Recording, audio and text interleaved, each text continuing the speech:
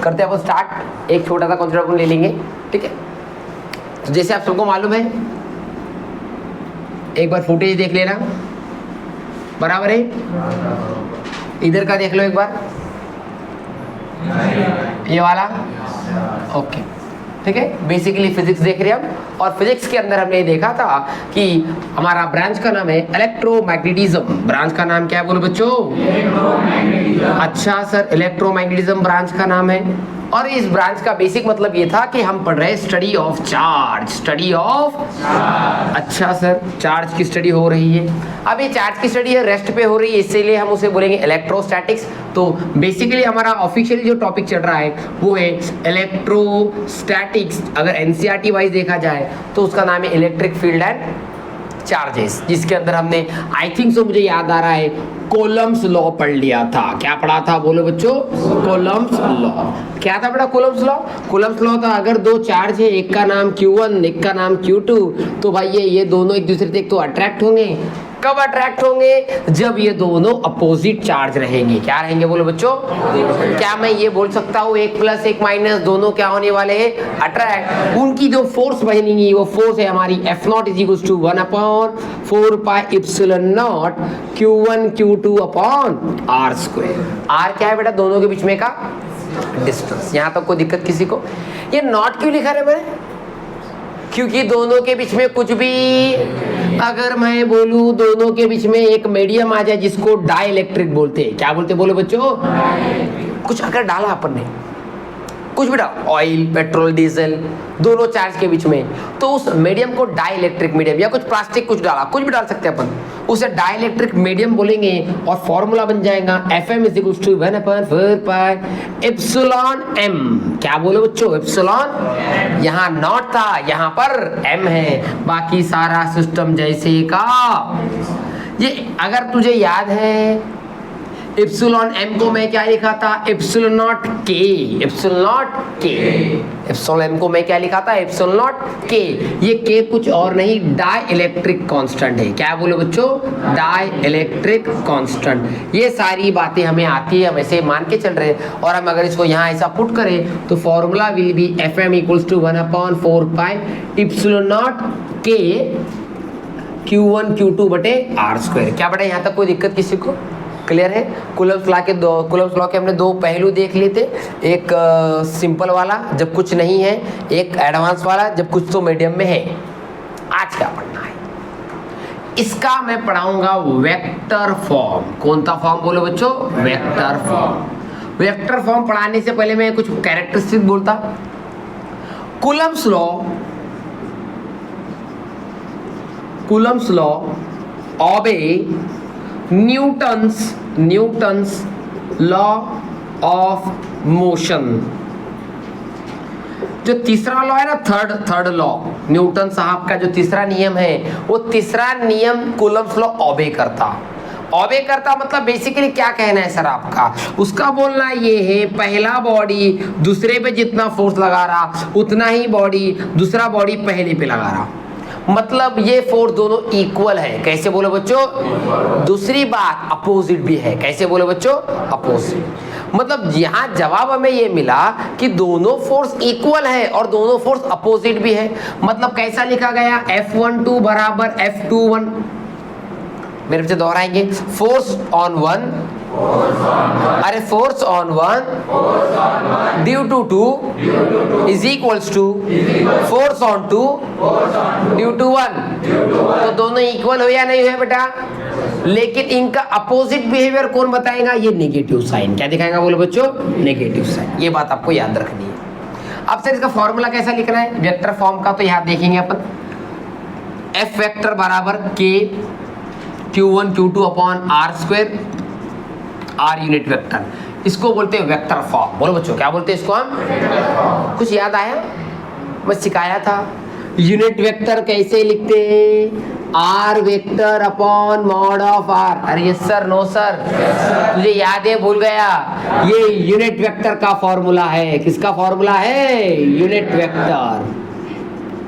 तो बच्चों अगर मैं ये यहाँ पर पुट कर दूं तो मेरा फॉर्मूला कैसे बन जाएगा, आर वेक्टर के Q1 Q2 by R vector upon ये आर स्क्वायर है और यहाँ पर एक आर जाएगा बेटा, ये आर स्क्वायर और ये आर, क्या मैं के Q1 Q2 by R cube R unit vector कर दूं? अरे यस सर, नो सर, ये बन गया हमारा vector form of the law, vector form of the उस लॉ का वेक्टर फॉर्म है। कौन सा फॉर्म है बोलो बच्चों?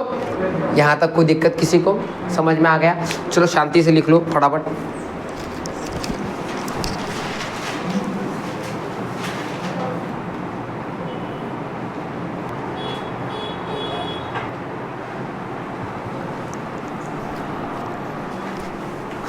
चलो मिटो ये।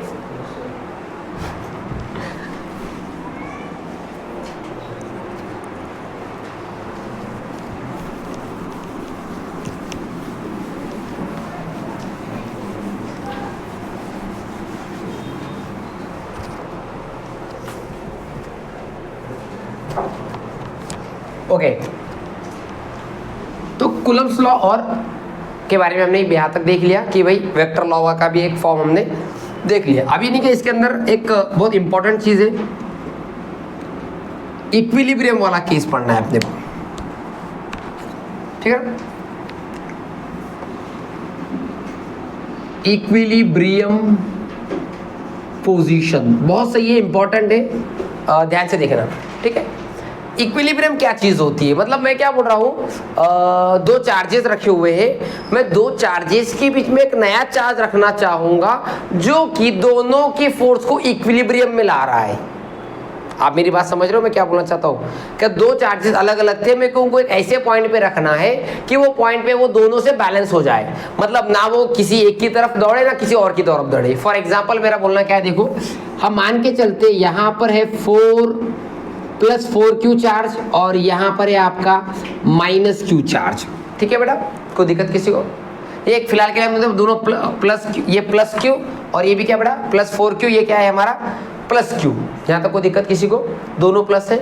अब मैं बीच में कहीं तो भी मान लो यहाँ पर एक आधा -Q रखता हूँ तो आपका फिजिक्स क्या बोलेगा कि भाई सर आपने बोला था माइनस माइनस क्या होते, रिपल्शन, और प्लस माइनस क्या होते, अट्रैक्शन। तो ये प्लस है ये माइनस है, तो ये इसको क्या करेगा, खींचेगा ना, और ये प्लस है ये भी इसको खींचेगा, तो दोनों खींचेंगे। Yes sir, no sir? मेरा सवाल ये किसी तरफ जाता जाएगा, 4Q की तरफ के Q की तरफ। अब अगर 4Q की तरफ रखा इसको तो ज्यादा फोर्स किसका रहेगा, 4Q का रहेगा।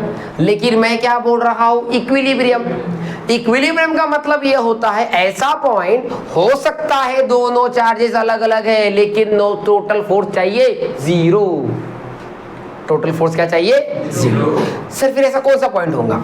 अब मुझे एक बात बता, इसका वैल्यू ज्यादा है ना, तो हम क्या करते, ये साइड में रखते हो चार्ज को, -Q को, मतलब इन दोनों का फोर्स और इन दोनों का फोर्स लगभग सेम आ सकता है। फिर ना पहले से बेहतर आ सकता ना। अभी तो पहले क्या हो रहा था, सेंटर में रखा तो सीधा उसको समझ में आ रहा था इधर 4Q इधर 1Q है, चलो इधर। जब हमने उसको Q की तरफ 4Q की तरफ रखा वो तो डायरेक्ट उधर ही भाग रहा था। लेकिन अब मैंने उसको ऐसे पॉइंट पे रखा जहां पर उसको 4Q है लेकिन दूर है, Q है लेकिन नजदीक है, मतलब इक्विलिब्रियम अब बना रहेगा। अब ये इक्विलिब्रियम बना रहेगा तो अभी हमको वो डिस्टेंस निकालने के, कितना डिस्टेंस के ऊपर इक्विलिब्रियम है। फॉर एग्जाम्पल अगर मैं बोलिए टोटल अंतर x है, r लेंगे, r कितना लेंगे बोलो बच्चों, और ये अंतर अगर x है, ये अंतर कितना बोलो बच्चों, तो ये कितना रहेगा रे, r - x रहेगा ना।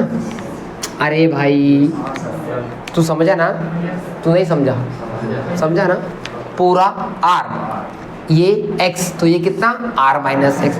अब मैं क्या बोल रहा हूँ, इक्विलिब्रियम का मतलब इधर एक फोर्स लगा F1 और इधर एक फोर्स लगा F2, दोनों इक्विलिब्रियम शो कर रहे। इसका मतलब पहले फोर्स दूसरा फोर्स कैसा है, बराबर। पहला फोर्स दूसरा फोर्स कैसा बोलो बच्चों, तो निकालते हैं फॉर्मूला वन, डिस्टेंस निकालना है, x कितना है, ये डिस्टेंस निकालना है। तो लोग वैल्यू बोलो, F1 का वैल्यू क्या रहता, K Q1 Q2 bye R।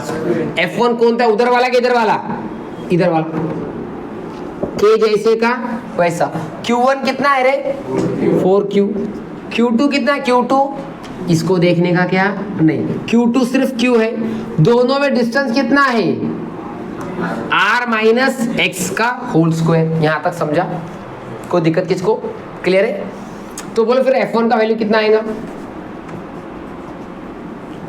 4 समोर k q इंटू क्यू, नीचे क्या है r माइनस एक्स का होल स्क्वायर। क्या यहां तक समझा? जैसे ये दोनों का बनाया, अब हम ये दोनों का बनाएंगे। बोलो f2 का वैल्यू बोलो। k q q, अरे यार समझा ना? q q, डिस्टेंस कितना है रे? डिस्टेंस कितना है? तो x का स्क्वायर। तो क्या मैं लिख दूं f2 बराबर k q square upon x square. f2 भी मिल गया, f1 भी मिल गया। दोनों कैसे हैं? इक्वल। कौन बोला इक्वल है? क्यों है इक्वल? क्या बोलो बच्चों? मैं दिल से बोल रहा हूं क्या? उसका बोलना इक्विलिब्रियम। चलो फिर दोनों को इक्वल कर दो। हाँ, f1 is equals to f2। चलो बेसिक मैथ लगेगा। f1 कितना है? 4kq square upon r minus x का होल स्क्वायर। f2 बोलो kq square upon x square. k के गेट, अरे k के गेट q स्क्वायर क्या बचा? चलो इक्विलिब्रियम के ऊपर सवाल नंबर 2। क्या सवाल है? अगर मैं बोलूं मेरे पास यहाँ पर -9q और यहाँ पर -q, तू समझ रहा है कि मैं क्या बोल रहा हूँ?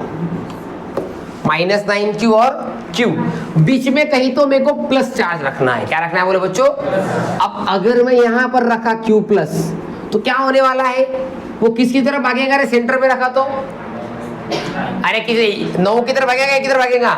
ऑफ कोर्स 9, क्योंकि सेंटर में हो, 9 का पड़गा भारी है। फिर किधर रखना उसको, क्या बैलेंस हो जाए? छोटी वाले के तरफ कि बड़े वाले की तरफ? अरे छोटे क्या बड़े? अरे बड़े छोटे। ओके, तो यहाँ रखेंगे। यहाँ पर हमने रखा प्लस क्यू। क्या रखा बोले बच्चों? अब कहानी ये बताती है कि ये प्लस क्यू के ऊपर समझो इधर लगा F1, इधर लगा F2, तो ये बैलेंस होने वाला है। Yes sir, no sir?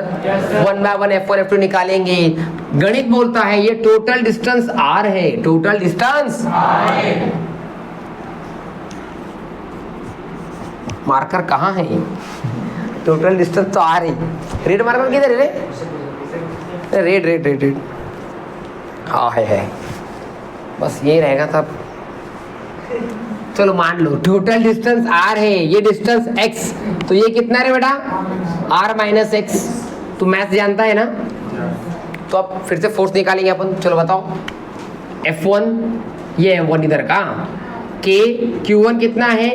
9q, q2 कितना है? q। इसको देखने का, q2 का मतलब बीच वाला है, q2 का मतलब बीच, डिवाइडेड बाय डिस्टेंस कितना है? r माइनस एक्स का होल स्क्वायर। मैथ बता। k जैसे का 9 को सामने लिखो क्या? q नीचे क्या है? r माइनस एक्स का होल स्क्वायर। F2 का वैल्यू बता। F2 अभी F1 हो गया। F2 बता। अब इसको देखने का क्या? डिस्टेंस कितना है? x। बोलो k q अपॉन x square. Yes sir, no sir? Yes sir. इस बार मैंने q लिया क्योंकि q चाहिए। आगे बोल F2 k q into q, नीचे क्या है? x square. F2 भी मिल गया। आगे क्या करना है रे बेटा? अरे क्या करना है? तो क्या मैं F1 बराबर F2 कर दूं? क्यों कर रहा हूं मैं ऐसा? मन से चढ़ रहा क्या कुछ? तो बताओ F1 का वैल्यू बोलो उधर से।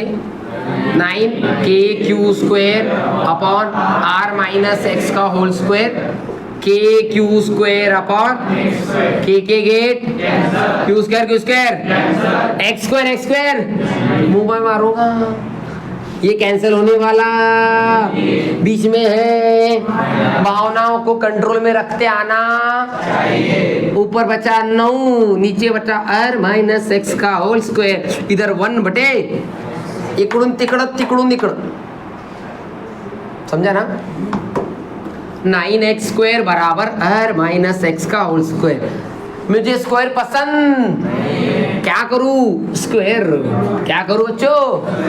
स्क्वायर रूट गेट 9 का रूट 3, स्क्वायर रूट गेट r माइनस इधर क्या 3x है ना, x भी बचा ना, इधर का माइनस इधर क्या हो जाएगा प्लस, 3x प्लस x बराबर r, कितना आया रे 4x, कितना आया 4x is equals to r। तो क्या मैं लिख दूं, अगर 4x r है तो x कितना आया r/4, कितना आया बोलो बच्चों, बराबर है क्या रे भाई, चेक कर ले, हाँ हाँ हाँ हाँ हाँ हाँ बराबर, ठीक है। अगर एक तरफ चार्ज 9 है और एक तरफ सिर्फ Q है तो हमको कितने हिस्से पे रखना पड़ेगा बोलो बच्चों, x r/4 पे रखना पड़ेगा, किधर रखना पड़ेगा, चलो निकाल लो इसका फोटो। अगला क्वेश्चन